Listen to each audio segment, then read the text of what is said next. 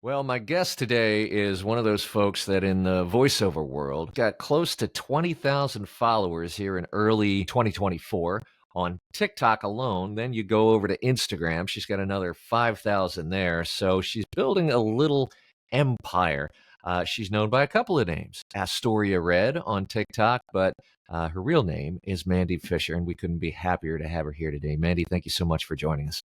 Thank you. Thank you for having me. I appreciate being here because I feel a kindred spirit with you in the style of how we talk about voiceover and the business and life. So I am grateful that you have me come on. Algorithm wise, I literally stumbled on you on TikTok as a fan. Like I Yeah. just started getting your content in my stream, and I went, "This chick is slinging truth, right?" And I knew immediately we got each other. We disagree on a couple of things, Sure. but that's life, right? I'm amazed by your TikTok journey, but I know nothing really about your voiceover journey. So can we start there? Like, how Yeah. did this all start for you? Yeah. Start at the very beginning, a very fine place to start. Yeah, it was I was a child actor. I grew up in Atlanta. We moved to Atlanta when I was a kid, and I was doing theater, film, and television. And just around that time, it was really starting to become a place to be for film and television and theater and whatnot. So I was focused on that. I came out of the womb like tap dancing, and it was like that's what I knew I was meant to do, was to perform.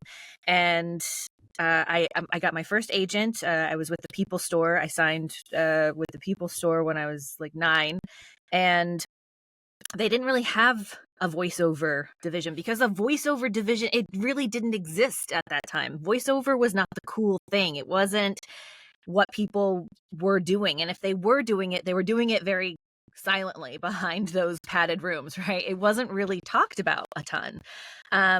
But there was still stuff here and there happening. Obviously, commercials and other stuff were happening. And a gal within the agency had booked this job, and for whatever reason she couldn't do it, and they called us frantically, "Can you please get Mandy to this studio today?" And my mom picked me up from school. I went to the studio and I was recording a national commercial, which I had never done before, Wow. obviously. And I kind of just went in. And when you're a kid, you don't really have the same kind of pressures you do as a grown up. So I was just like, yeah, sure, I can do this, whatever, I got it. And I went in and did it. And to this day, they are actually still a client of mine from that very Wow. first job. How old were you when you booked that first job? I was 11. Wow. Yeah. So by 11, you had already gotten an agent, which, by the way, I'm also with the People Store. Uh, Oh, I am not 11. wow. Uh, and you nailed your first national commercial, But just even if you very didn't. accidentally. But you know what? You booked it, and they're still a client, right? Yeah, And yeah, so they you are. were 11 then. So this is clearly 9 years later, right? So, so Thank do you. you want to share who the client was? Macy's. Really? That's amazing. Yeah. Congratulations. Yeah, thank you. But again, like this anomaly, right? Very non-typical way of getting into voiceover, very random. Like I didn't do anything to get the job, right? I was in the right time, right place. But that also goes to show that does play a part of the entertainment industry. Yes, some people can call it luck, but it's a little different than luck because I was already in a position to be in a position, right? But it was absolutely right time, right place. If my mom hadn't answered the phone, they would have gone on to the next girl that was around my age on the roster. You know what I Well, mean? sure. So it was Luck got you that first job, but preparation yes. got you every job since then, Yes, it right? and it changed the trajectory of my life. From that moment on, I was like, voiceover is awesome. Voiceover is so fun. Yeah, I can do this. And it became I started to focus less on film, television, theater stuff. I still did it, but it wasn't that new passion that I had Right. found. But again, at the time, there was no information. Like, there was no one teaching voiceover, one, and there was sure as hell nobody teaching voiceover for children. So it was a struggle to find those resources and find people who were even willing to talk to me about voiceover as a child. So And I had the same experience. I made a run 25 years ago in 98, 99, and I found that if you weren't in New York, if you weren't in LA, if you weren't on camera in those, yeah, other markets, then you were, pardon the phrase, the redheaded stepchild, right? You just did not work, right? right, sure, yeah, and that's a very good point because a lot of the voiceover work did already just go to on-camera actors. Yeah. Yeah. So you get the fire lit. Yep. You're doing Macy's now. Yeah. And so how do things progress from there? Well, I, went to high school and graduated high school and decided to try my hand at doing film and television in New York. So I moved to New York and I got a job as a stand-in on a TV show, which was able to put myself through college doing that, which was amazing. Nice. And I was doing voiceover like here and there, maybe, one or two auditions a month with agents that I had gotten in New York. And it just wasn't a full-time thing, but it was still sort of lurking, right? I was still trying to figure out how to get more of it and to make it more of what I was doing. And when I graduated college, I said, I need to buckle down and really find agents who are going to nurture this and help me. And I signed with a new agency. They pointed me in the direction of a very wonderful man who is absolutely directly responsible for my entire career of what it is now. And they said, take a class with this guy. He's a casting director. He knows what he's talking about and he offers classes. Take his classes. So, at the time, I couldn't afford his classes. I said, I don't know what I'm going to do. Like, this is the guy. He's the key in. And luck had it that I had an audition where we were still going into studios at the time. And I went in to read for him and he said, who the hell are you? Why don't I know who you are? You should be in my classes. And I said, well, I would love to, but it's not really something that I can do at the moment. And he said, get your ass in my class. We'll figure it out like later. Like, let's not let money prevent you from learning. And How about that? he changed my life. Wow. Yeah. And that man is Roger Becker. Interesting. Very cool. Yep. That's where you really start to get your first real voiceover specific coaching, or is that not true? Yes. Yeah. Okay. It really rocked my world because everything I kind of thought I knew was not true. It was just not the case. Such as. Well, what voiceover is, and look, the landscape, as you very well know, changes so often, and Sure. trends come and go. But at the time, we were in this sort of like flux area of what was booking, and that was sort of the traditional commercial announcery thing, right? And Right. Roger was really the first one to say, get out of that. Like, that's no longer what we're doing. We're having conversations with people. We are connecting to the script and not just reading these words. And I thought, holy shit, like, this is acting still. Like, all of the acting Yeah. training that I had gotten as a kid and through college and everything, this is where I can really put it to use. Amazing. And I learned then that it is telling stories and character work exists from a 5-second commercial spot to an audiobook to radio image to every piece of voiceover that you touch. It's character work. And he really opened my eyes to that. So Roger Becker changes your life. Yep. You're a working voice actor now from the early to mid 2000s on, correct? Yeah. And in more of a semi-regular way. And I was starting to learn more in the world that there wasn't just commercial out there. And I started doing more things overseas in Europe and connecting with people there who did animations and e-learning and corporate and this. And I didn't really start expanding out of that world into like now looping and radio imaging until I would say 2017, 18. Okay. So I was mainly focused in commercial and e-learning up until 2017 when I booked my first looping gig. And so you've been in this long enough to see the transition. 20, 25 years ago, Yeah. the only way you worked was through agents, largely. Yeah. Yes, absolutely. Then we saw the world change with social media and YouTube and everything else, TikTok, which we'll get into in a while.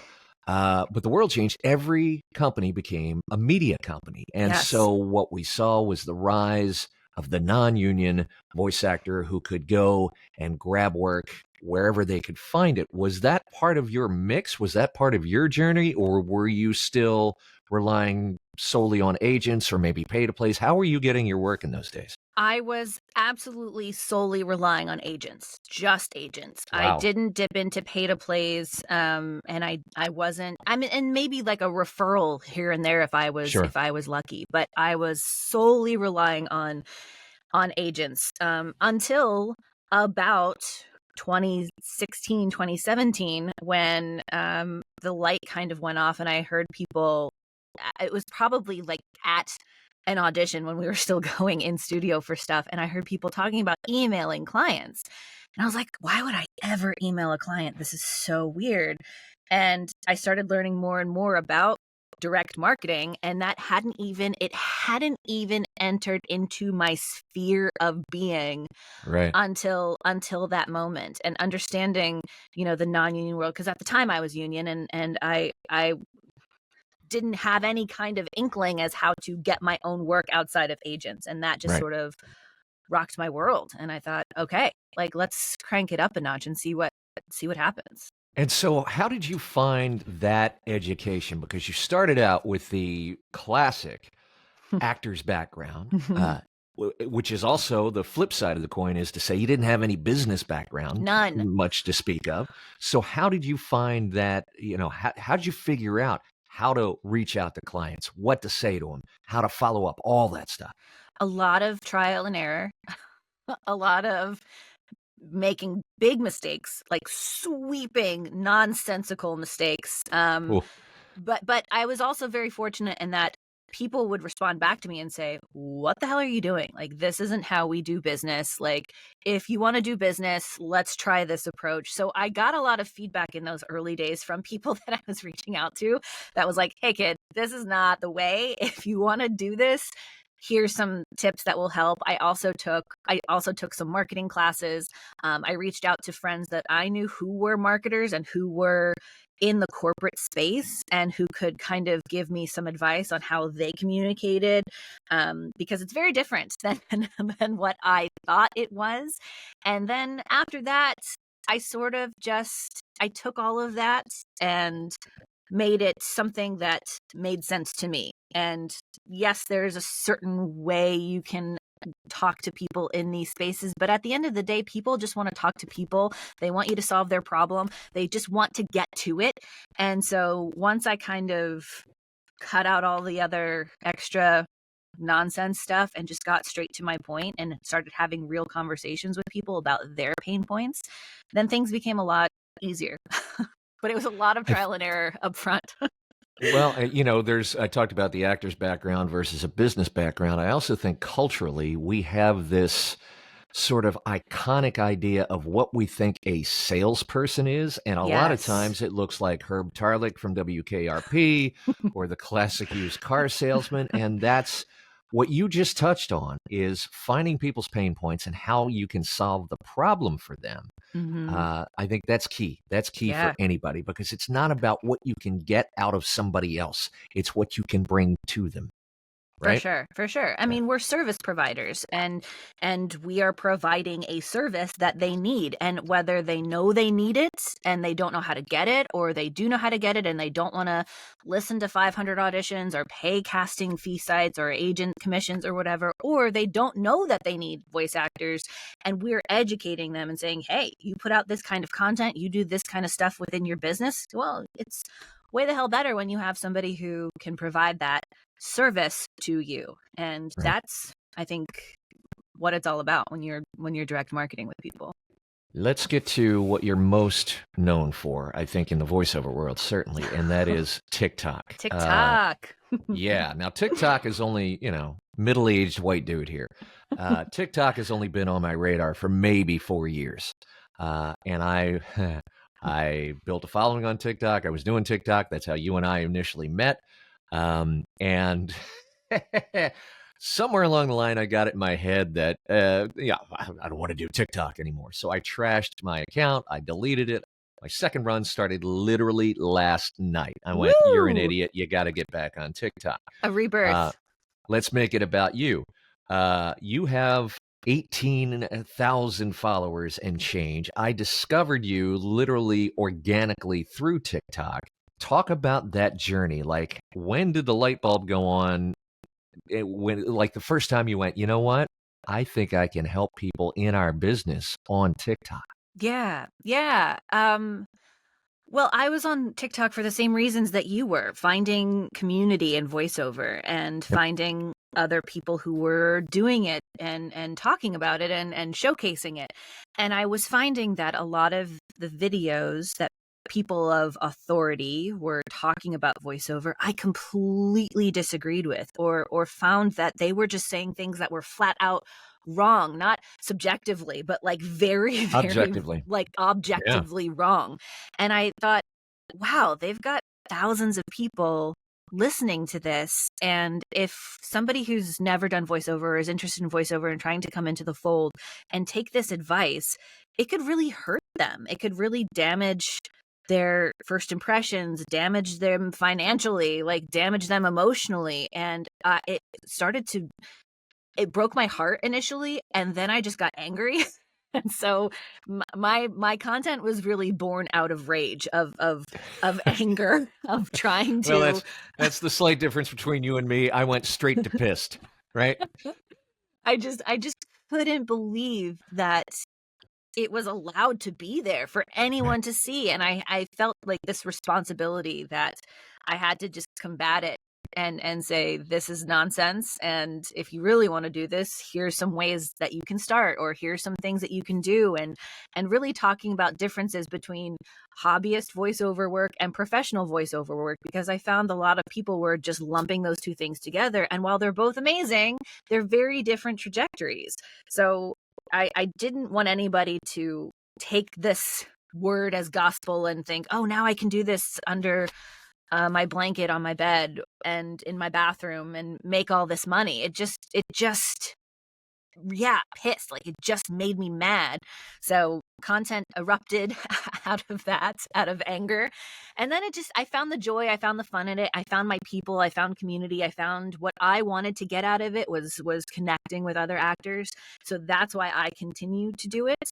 And I have some fun in there. I throw some characters in there that I think are fun and have conversations with people that I think are fun, and sometimes collaborate. But it's now more less about the anger of combating the thing, because I'm not a white knight. I don't need to come swooping in here and try to save everybody, but it is helpful to have another perspective. You hear someone say XYZ and I'm going to say ABC, and at least they now have information and access to information that maybe they didn't have before. So And that's one of the first interactions you and I had. You very respectfully disagreed with something I said and made your point. And that, to me, that's when this community works best, right? Absolutely. When we can disagree with each other. And I've said this a million times, Mandy. Just because I say it doesn't mean it makes it right. It means it's true to my experience, right? And that's why I think a lot of people get balled up, because they see all this contradictory information in our world and it's hard to make sense of. And I objectively get that, but you have to understand, Mandy Fisher's talking about her experience. Paul Schmidt's talking about his experience. I hate talking about myself in the third person. Mark Scott, Tom Deere, Tracy Lindley, any other voice actor, we're all speaking from what we know. And sometimes that seems contradictory and sometimes it objectively is. Yeah. But it doesn't mean we can't have a decent dialogue about it, right? Absolutely. And I say this all the time. You ask 100 different voice actors about their process, about their thing that works for them, and you're going to get 100 different answers. And that's great, because we don't offer the same things as service providers. We're not the same person, in we don't have the same personality. We don't have the same likes or dislikes. We don't have the same life and responsibilities. And so, of course, we're not going to have the same working life. Like, two salespeople at a company don't have the same process. So how can you expect voiceover actors to have the exact same process? I mean, and then we're creative. So of course we have different views and different ways of doing what we do. So yeah, just because it works for me doesn't necessarily mean it's going to work for you, or vice versa. I understand it. I think there's basic human nature that wants the answer. Sure. When I was a kid, I was hemming and hawing on whether or not Santa was real. And I asked my parents, and neither one of them, Mandy, would tell me, right? I It's wanted tough. the answer, Tough and they call. wouldn't tell me. They Yeah. told me, you're going to have to decide for yourself. And that's a lot of what voiceover is all about, right? Well, but that right there, the critical thinking aspect about this business is lost. It has, well, it's out at sea, and people don't want to swim out to get, to the critical thinking. And unfortunately, that to me spells doom, because if you can't critically think about your own business, then you're not going to scale, you're not going to grow, and you're probably not going to stay in it. Yeah, and I think critical thinking and then grit, right? Yeah. When you come across something that isn't savory or stretches you out of your comfort zone, and you have to deal with that, there is nothing that has stretched me more than having my own business, right? Sure. Let's talk about TikTok you got in this to sort of fight disinformation and misinformation. When do you remember the first time that the light bulb went on when you went, oh, people are actually paying attention here? Yeah. It was, someone had commented and said, gosh, there's so much I want to ask and so much I want to say. I wish you had a Discord. And I thought, what the hell is Discord? I don't know what this is. So I went in like a deep dive rabbit hole evening of learning everything everything I could about Discord, and started one and said, okay, like, you want to ask me more stuff? You want to have real conversations about other stuff outside of just the limited characters we have to comment on videos? Then sure, like, let's have real conversations. And then I started a Discord and was able to have deeper conversations and deeper insights with people, and build even more community there of people who, yes, they want to learn, but also wanted to collaborate and practice and learn from each other. Because look, I'm just one person. So having this space where it didn't feel like, because I'm very in control of my content on TikTok, right? But then there's now this other sort of safer space where other people can talk. And now there's engineers in there. There's a casting director in there. There's some agents that are in there. There are people that are part of the industry that people can connect to, ask questions, collaborate with, meet, understand, learn from, in this way that's safe and open, but not just, me. Like, they have other perspectives that they can Sure, it's a lean on. community. Yeah. Yeah. Yeah. Talk about this for a minute. I've often thought that social media, here's a rabbit hole, that social media is fantastic for voice actors to develop that sense of community. I talk to a lot of people, especially when they're newer, who feel cut off. I think that's been accelerated since the pandemic, of course. Sure. We long for connection. We don't always know where to find it. And I think social media is a great way to build those relationships with other people in our industry.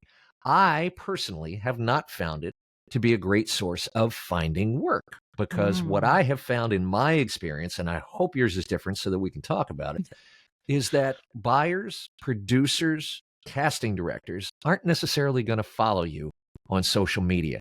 Is your experience different? And if so, does social media work for finding work for you? Yeah, I think in the beginning I had the same perspective on it that you did. And I was never anybody that really loved social media anyway. Like, Word. it just never was something that excited me. And even now talking about it, I'm thinking, oh Jesus, like, I forgot I should have posted this on something else. It becomes, to me, social media is almost a chore sometimes outside of TikTok. But then, because of TikTok, I was on TikTok, and I very rarely post my work there. And if I do, it's always in this sort of educative experience where I showcase, here's stuff that I did in the audition, and then here's what made it to booking, because it's so rare that what you do in the audition is the exact thing that Right. happens in the booking and goes to final. So I was kind of showcasing that, process of here's what the audition was like, and here's what made it to final. But then one day I got a message from somebody who is a producer and said, I really like your personality. I think you have this tell it like it is sort of thing that I respond to. And I happen to, do some work with this client, and we need some voiceover. Are you interested? And that then started to spark into other conversations I was having with people, and really made me realize that they're out there, they're watching, they're listening. They're not necessarily waiting for me to hear all of my spots that I do or jobs that I do, but they are listening to me. They are responding to me as a presence. And I used to post stuff on LinkedIn all the time or Instagram all the time of work that I had done. And that sort of light bulb moment clicked on where I was like, they don't really want to see my work. They just want to get to know me as a human being. There you go.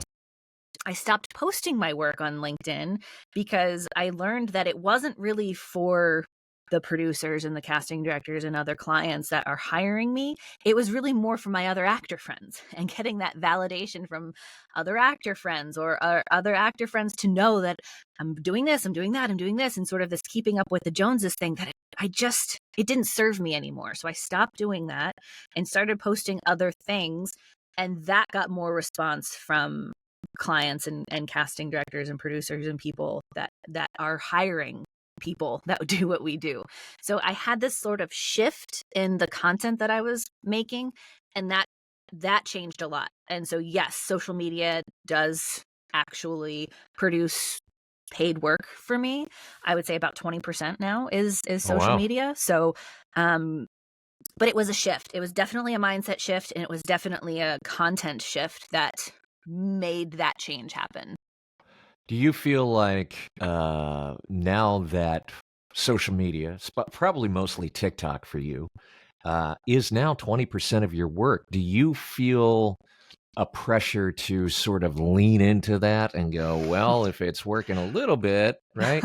Do you feel that pressure? Do you not feel that pressure? Sure. I think we always want to lean into the things that are working for us. But I realistically don't have the time. Like, I'm already working with several agents. I'm already doing direct marketing, and social media is just part of the cog. It's just part of the machine. I've got the plate spinning.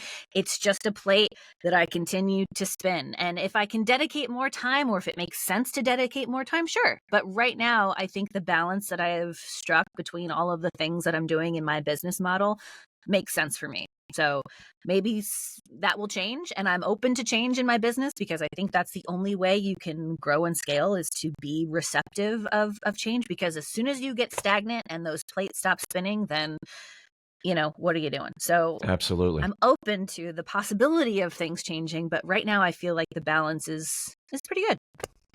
We've talked about I think there are 4 legs in finding work. We talked about agents. Mm-hmm. We talked about direct marketing, right? Mm-hmm. Marketing directly to clients. We even talked about social media. The 4th leg, rabbit hole alert, is the pay-to-plays, the online casting sites. How are you, if you had to sort of put a percentage or a proportion of those 4 pillars, how are you getting work these days, in air quotes? Yeah. So 20% from like social media and referrals, I'll throw that in there. I would say 30 to 40% from agents, and the rest from direct marketing.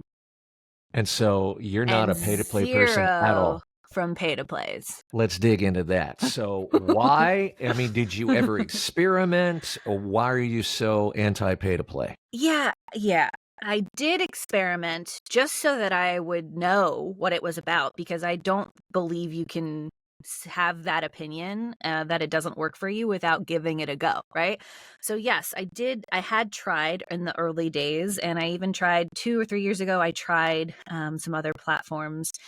The thing about them is that I believe is I don't think the investment of time or money gets the ROI back. And I think you had to have signed up for some of the, and like, look, the big pay to plays that were bought by other bigger companies, things shifted when that happened. And I know plenty of voiceover actors, and Tim Friedlander was even talking about this in your seminar, that if he were to jump on one of those big ones today, he wouldn't book. And it has nothing to do with how talented he is, because my God, what a force of talent there.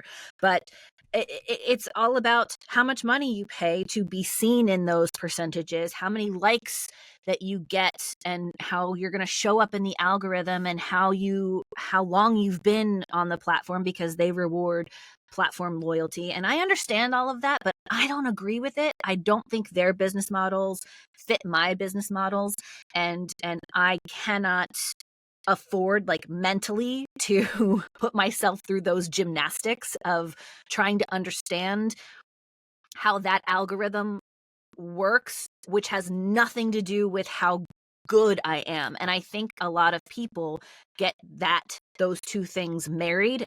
Oh, my audition wasn't listened to, that means I suck. Or I wasn't chosen, I was shortlisted, but I wasn't chosen, that means I suck. What am I doing wrong? Why am I not doing this? Other feedback that I'm getting from coaches and classes say I'm doing all of these good things, but I'm not booking here. And that is some fuckery. I can't condone it.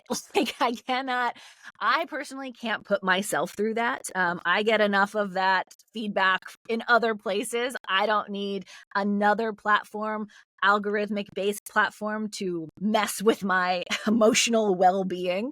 And I just, like I said, those business models, yes, there's other platforms that are a little less based on that kind of thing. And could it be worth it to be on some of those other ones? Maybe. But again, I don't have room in my business model right now for those things. So I do what works for me. Doesn't mean it won't work for you, but Gotcha. Let's wrap up by talking about the future. Given all you've seen, given all you've been through, some tough lessons along the way, what fires you up today, and where do you want to go with your business and your career? Whew, what a question. What fires me up? Like, what makes me angry, or what gets me excited, or both? What gets you excited? Yeah. We got plenty. We're going to have a drink at some point, and we're going to talk about what makes us angry, because I think we both have a pretty big wellspring there. Yeah, for sure. Let's talk about what gets you excited. Yeah. What gets me excited?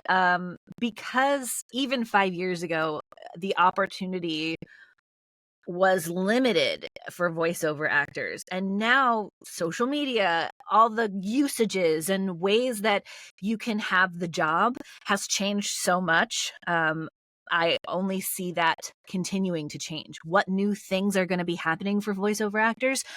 I don't know, but I guarantee what worked for us 5 years ago is going to expand in the next couple of years with technology and how people are using actors. So I see new opportunity as it comes, and I think that's amazing. And how we are crafting those opportunities ourselves, because sometimes I have found myself in situations where clients didn't know a certain type of thing existed, and I can introduce them to that, and then that inspires them to say, oh, well, if we can do this, maybe we can do this. And that, to me, is exciting. Finding out what the possibilities are within a client and within those parameters, and is exciting to me. What I want to do, I think so. Last year, a lot of my work was looping, and since I didn't get to do that for 9 months of the year, it really forced me to focus on other parts of my business. I started working with a radio imaging manager and was doing more imaging, which I had never done, and now I love. So I think the effects of the strike are still very present and will continue to be present through this year. So I see myself hopefully getting back to do that work, but opening up more opportunities like I found with radio imaging, and putting time and energy into learning new verticals of voiceover, so that I don't feel closed off to opportunity, or if opportunity comes, I can say, yeah, I can do that with confidence and not like the fake actor way of saying, hey, do you know how to baton twirl? Oh, yeah, I can learn how to do that in 2 hours. Sure. Like, I don't want to be that kind of actor. I want to be one that's prepared and feels ahead of the curve in case those opportunities come. So hopefully taking time to learn some new stuff. That's what I see for this year. Fantastic. I've said it before, and you just alluded to it. I think there's more work out there than there ever has been. I think Ever. maybe we saw a little bit of a dip last year. Uh, do you believe that AI is going to substantially change that in the foreseeable future? Well, what is foreseeable in 10 years, 50 5 years, years. 100 years, 5 Let's years? say No. 5. No, I don't. I think there are lots of ways to work alongside AI and not feel like it's replacing us. Because I think if we start to believe that all these new agreements on social media platforms, Spotify and Find a Way Voices, they just released this new agreement about how they own your content, which they do. Just as any other social media platform technically owns your content. But I think we get all up in arms and fear that they're going to take it and then use AI to make derivatives of the work and sell that without paying us. And that's just not going to happen. That's not happening because there's still protective IPs in place for the things that you create. Do I think we're going to be replaced? No. Do I think there will be differences and different ways of working? Yes. Do I think there will be other opportunities with AI? Yes, sure. So I don't have that same fear of AI is taking our jobs, AI is coming for us. I don't feel that way at all because I have lost clients to AI who have come crawling back begging me, please, can we continue working together, because working with AI right now sucks and it was not what we wanted. We thought it was, it wasn't. Can we continue this partnership? And that's happened a handful of times over the last year. So I'm not worried about being replaced. I'm worried that maybe some things will get out of hand and we will have some hard lessons to learn, like we did with Bev Standing. Who amazing. Like, I'm glad she won and I'm glad all of those things happened. But I think there will be continued to be learning curves like that for us as actors. How do people, if they haven't already, and like they must be living under a rock, but how do people find you on social media? Sure. On TikTok, you can find me at Astoria Redhead on TikTok. I also have a website, Astoria Redhead Voiceover, filled with all kinds of helpful resources and things that are there. So if you're in need of a coach, in need of an engineer, in need of some business help, there's lots of links and people there that I know and trust. So yeah, head on over to those two places. Or if you're Fantastic. looking to hire me as a voiceover actor, mandyofish.com. There you go. You, my friend, are a force, and it's a pleasure to get to know you a little bit in the last, I don't know, 40 minutes or so. So thank you for spending your time with us today. Likewise. Thank you.